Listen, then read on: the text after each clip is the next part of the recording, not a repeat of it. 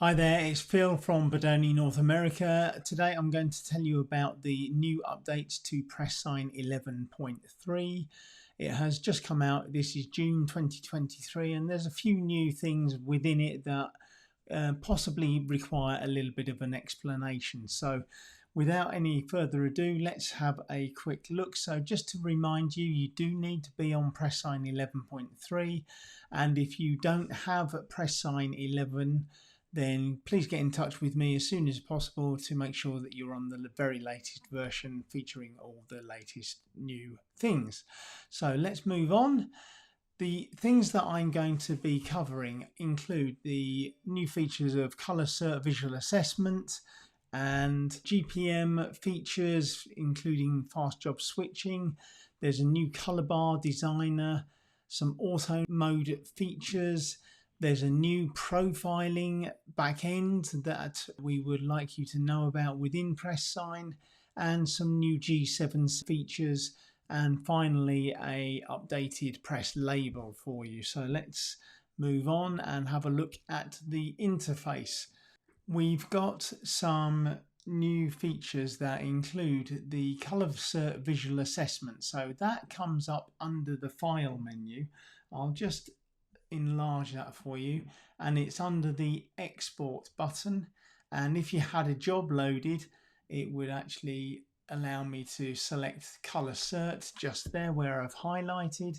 I don't have a ColorCert license, but that gives you a new visualization if ColorCert visualization is something that you want to see and you have a proper X-Rite ColorCert license.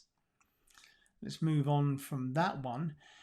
Across the top there are a list of recent jobs. Now I've got it set so that there are 5 jobs, and I can click on any of these jobs. So let me click on the Color Silk Test one, the first one in the row, and that will automatically load the job very quickly, as you might just have seen. If I then want to move on to another job, so let's go for maybe the test multicolor here, I can click on that and very quickly it will load all of the readings from that job.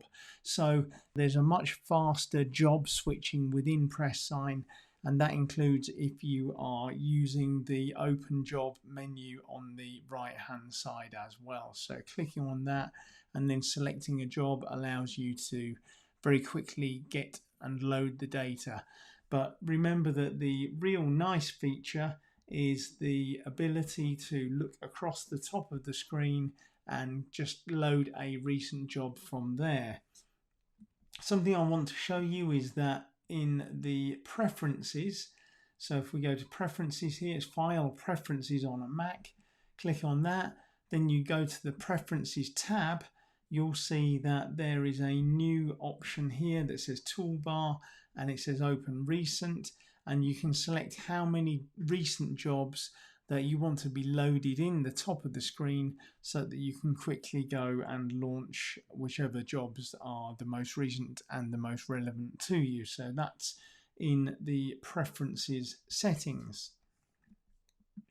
This of course does make it very nice and easy for you if you want to load a job and maybe you're switching from one press to another, but you have only got one version of pressSIGN, then you can very quickly switch from your job on one press to another job on another press as you're swapping measurements on a single based system. Randomize color bar patches whilst trying to maintain a color difference is a feature that I've covered, and I will put a link up in the top right hand corner of this video so you can go to the new Randomize color patches tool. If you want to know a little bit more about that, you would go to the job settings area. So you go job settings, go to a color bar here, so you've got your color bars here.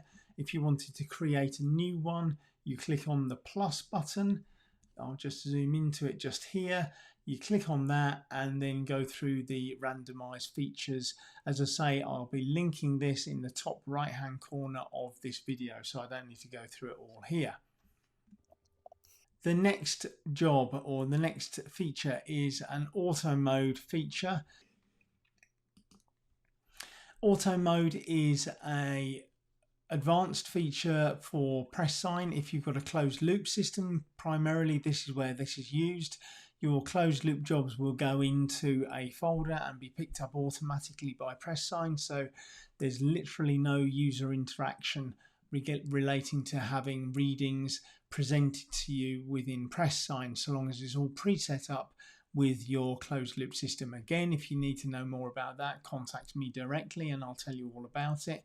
There are some situations where scan times and scan dates failed, and we've overcome those problems where the scan time and date was incorrect.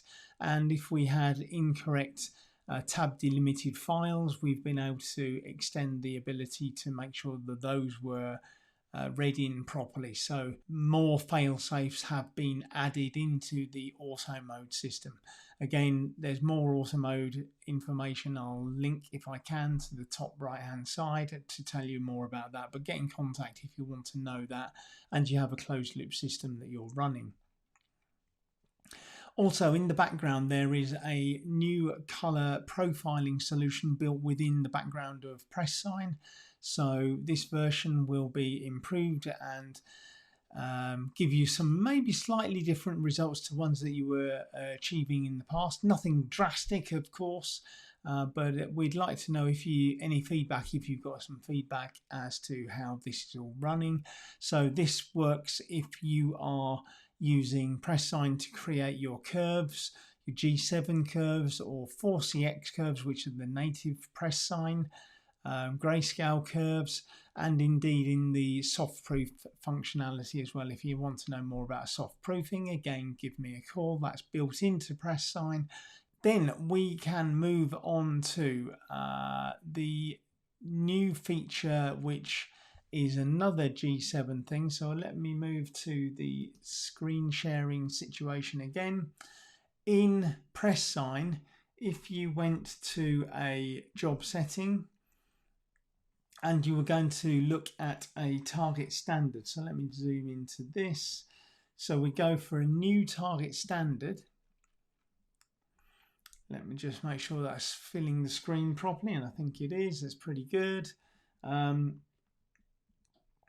What you can do is go to the tolerances section, and if you see here, there's a grey balance sector here, and if I click on that, if you are using G7, then by default the G7 native functionality is being used.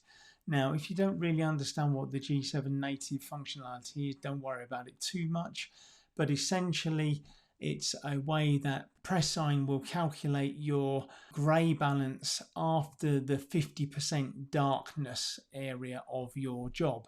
So pressSIGN will then track your native press abilities as the target.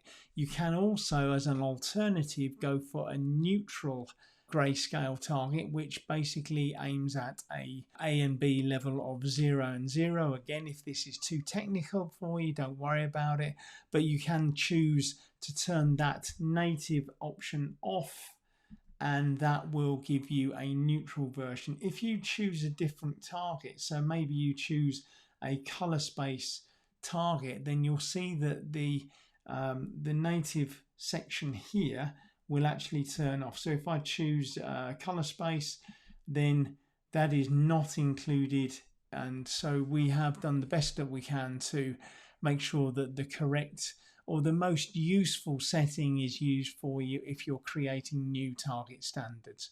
This is a G7 setting, and if you want to know more, please again get in contact with me. Finally, we are going to have a look at the print label. So over on the right hand side in pressSIGN, of course, you have export reports and curves, and if you click on the export reports and curves, a new dialog box opens up, and you are able to then go to the bottom side of that where it actually says print label just here. Now you can choose a scoring label or a printed press sheet. If I clicked on printed press sheet and click printed label or print the label, then the label ability is very much nicer. I'll show you a sample of that right now. So this is the new printed label, and hopefully that shows you some more of the data that you would be getting on the press printed label. So you can print that on your press sheet or just print it separately within pressSIGN. There's all sorts of ways that you can achieve different print reports within pressSIGN, all within this dialog box that you see here.